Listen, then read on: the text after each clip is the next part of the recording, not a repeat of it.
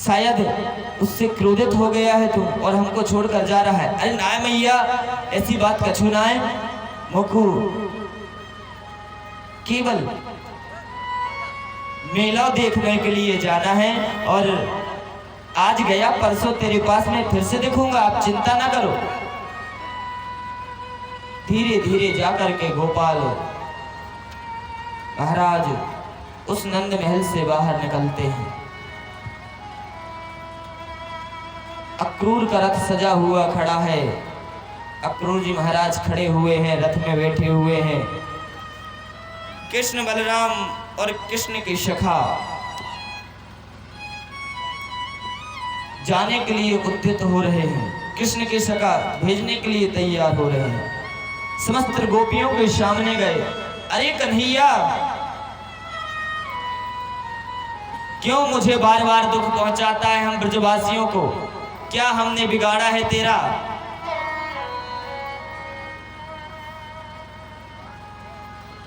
क्यों हम लोगों को मारना चाहता है? अरे देवियों, आप लोग हमारी विदा में आई हो, हम जा रहे हैं हमारी विदा के लिए, आप लोग खड़ी हो। लेकिन इस मंडली में हमको लाडली श्री विश्वान दुलारी राधा नाई दिखी। राधा मेरी विदा में शामिल नहीं होगी क्या? बोले सुनो कन्हैया, वो हे मनमोहन तुम्हारी विदा में शामिल होना तो चाहती है, लेकिन शायद वो सोच रही हैं कि हम तुम्हारी किसी लीला का कारण न बन जाए, कि हमारे स्नेह में तुम्हारी कोई लीला बिगड़ ना जाए। शायद राधा आ जाए तो हो सकता है कि कन्हैया रुक सकते हैं। इसलिए वो यहां से कुछ दूर जाकर तुम्हारा चिंतन कर रही हैं, बैठी हुई हैं। केवल उनके ना आने का कारण यही है।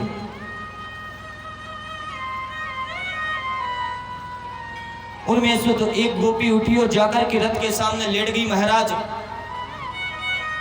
हे कन्हैया, यदि तुझे जाना है तो मेरे ऊपर रथ चढ़ाकर जा, मुझे मार कर जा, मेरे प्राण निकाल कर जा, तभी तू जा सकता है, अन्यथा ब्रज नहीं छोड़ सकता। अरे देवी, ऐसा मत करो। अरे भजंगना, ऐसा नहीं करो।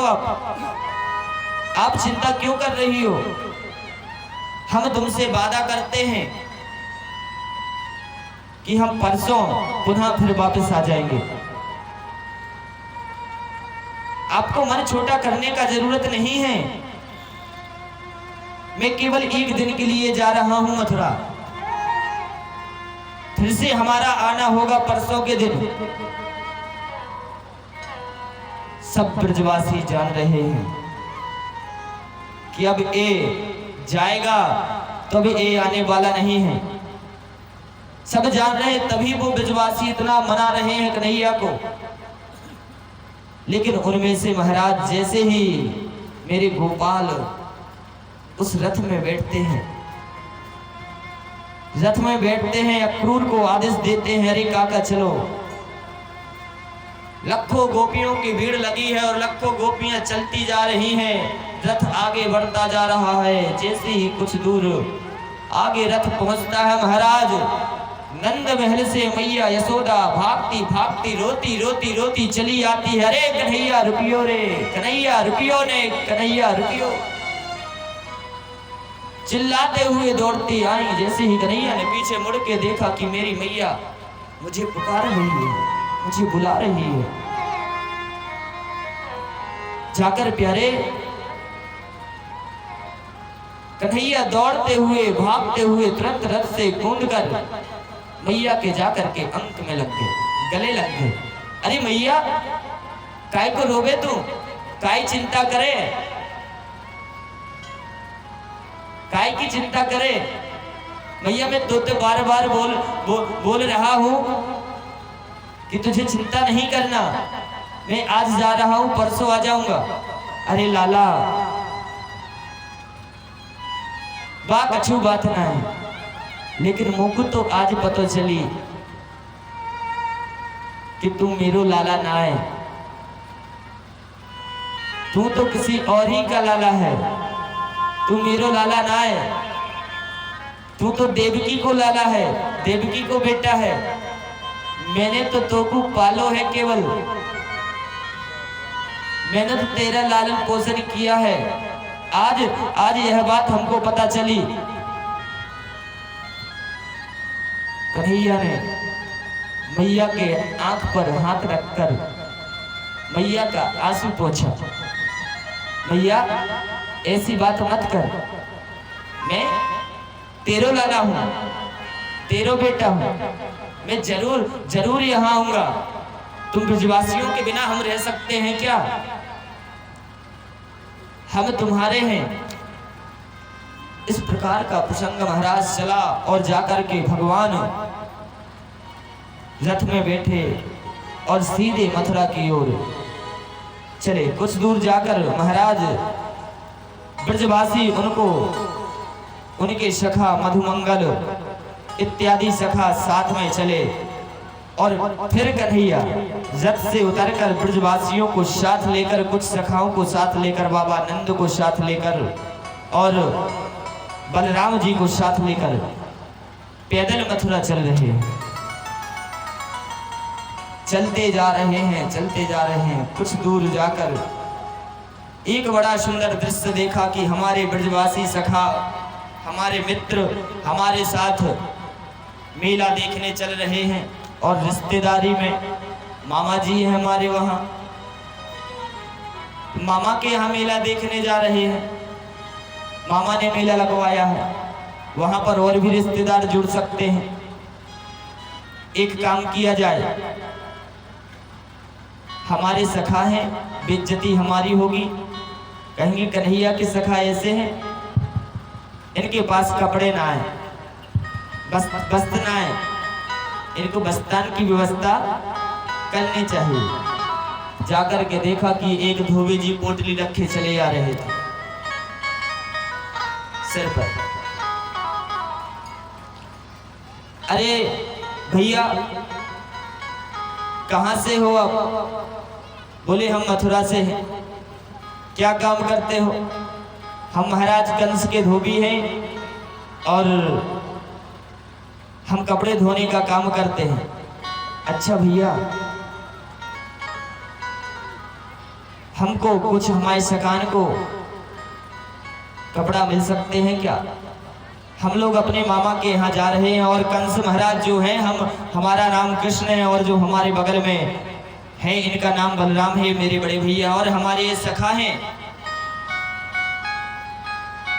आप एक काम करो, हमारे सकान के लिए और इन ब्रजवासियों के लिए बड़े सुंदर सुंदर वस्त्र दे दो। और कंस हमारे मामा हैं। उस धोबी ने कहा, अरे गवारियों, कंस को मामा बनाते हो, चलो भागो यहां से जहां से आए हो। सारा उम्र केवल गाय चराया है, बछड़ा चढ़ाया है, कंस महाराज के बस्तानी को पहनोगे? भगवान को गुस्सा आया, ये बेइज्जती कर रहा है हमारी, मेरी सखाओं के बीच में। मेरे सखा क्या सोचेंगे कि तुम्हारे मामा के यहाँ के मामा के नौकर चाकर इतने तेज बोलते हैं, वस्त्र भी नहीं दे सकते। कन्हैया ने पकड़ करके उस धोबी को महाराज जैसे ही नेक धक्का दिया, थोड़ी सा धक्का दिया, जाकर धड़ाम से गिरा धोबी और उसका मृत्यु हो गया, मर गया। अरे सखाओ, उठा लो कपड़े जिसको जो पहनने हो। महाराज सभी सखाओं ने पोटली को खोला, बड़ा सुंदर सुंदर कपड़ा निकाला और सभी लोगों ने पहना। अब तो सब सखा बिल्कुल सज धज कर तैयार हो गए, चलने के लिए तैयार हो गए। लेकिन कपड़ा ऐसा पहना कि चलते जा रहे हैं, रोडें अपने आप साफ होती जा रही हैं। बोले भैया ये क्या हो रहा है? रोड को झाड़ू लगाने की जरूरत नहीं पड़ रही है, अपने आप झड़ रही है। बोले देख लाला, तेरो मामा पतो ना है कितना बड़ो है, तेरी मामा के कपड़े हैं जे कितना लंबो चौड़ो है। मोको तो कपड़ा होवे ना है, काऊ दर्जी की व्यवस्था करो भैया, काऊ दर्जी की व्यवस्था करो। और जाकर गए कि देखो सामने एक दर्जी, वो भगवान का भक्त था। दर्जी के पास गए और बहुत सुंदर तरीके से दर्जी ने सभी सखाओं के फिटिंग के वस्त्र सुंदर बनाए।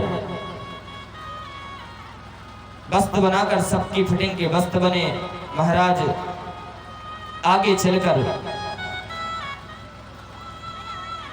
एक सुदामा नाम का माली मिलता है।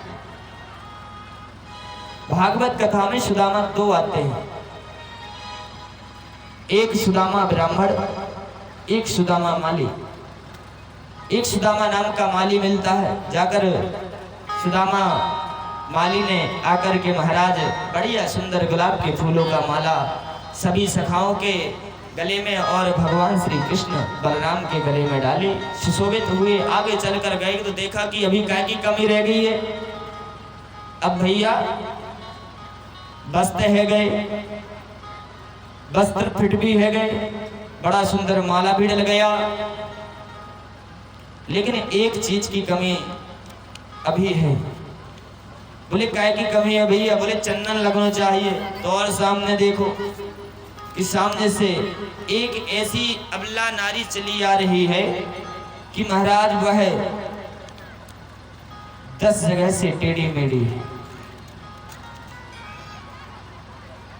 टेढ़ा मेढ़ा उसका शरीर, कुप्त रूपी उसका शरीर। महाराज उस नारी से हर कोई घृणा करता है, लेकिन धीरे धीरे वह नारी चली आ रही है। मेरे भगवान ने देखा कि यह कौन आ रहा है। उसके हाथ में एक कटोरी और उस कटोरी में बढ़िया महक वाला चंदन। चली आ रही है नारी, और जैसे ही मेरे प्रभु ने उसको देखा, प्रभु ने आवाज लगाई, अरे देवी। उस अबला नारी ने, जिसका नाम महाराज कोवड़ी कुब्जा नाम है, उसने देखा कि मेरा नाम किसने पुकारा, कौन मुझे बुला रहा है, कौन मुझे देवी नाम से संबोधित कर रहा है, कौन मेरा मजाक उड़ा रहा है। देखा कि ग्वाल मंडली और श्रीमान जी, श्री बांके बिहारी लाल बलराम जी सामने खड़े। अरे देवी, हमने आपको बुलाया है, आप कहां से हो, आपका परिचय, क्यों मेरा मजाक उड़ाते हो, क्यों मेरा मजाक बनाया आपने? आपको मैं देवी कहां से दिखती हूं?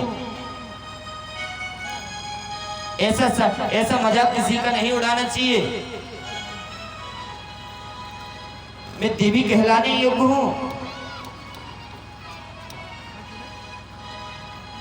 भगवान ने कहा, अरे देवी, हमने आपसे देवी ही तो बोला, आप इतना क्रोधित क्यों हो रही हो? देखो आपने हमारा मजाक उड़ाया। ऐसा कुछ नहीं है देवी। अच्छा, आपका नाम मुझे लोग कुब्जा कहते हैं, लेकिन मुझे कोवड़ी भी कह देते हैं लोग।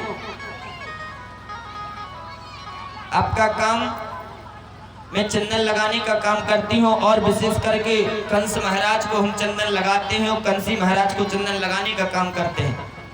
अरे वाह देवी, आप एक काम करोगी? बताओ, हमको और हमारे सकान को चंदन लगा दोगी? बिल्कुल, क्यों नहीं, लगा देंगे। बड़ा सुंदर था, पक्ष हुआ चंदन लगाया, समस्त ब्रजवासियों को और भगवान को चंदन लगाया। और जैसे ही उस कुब्जा को प्यारे पास बुलाया, अरे कुब्जा आओ हमारे पास।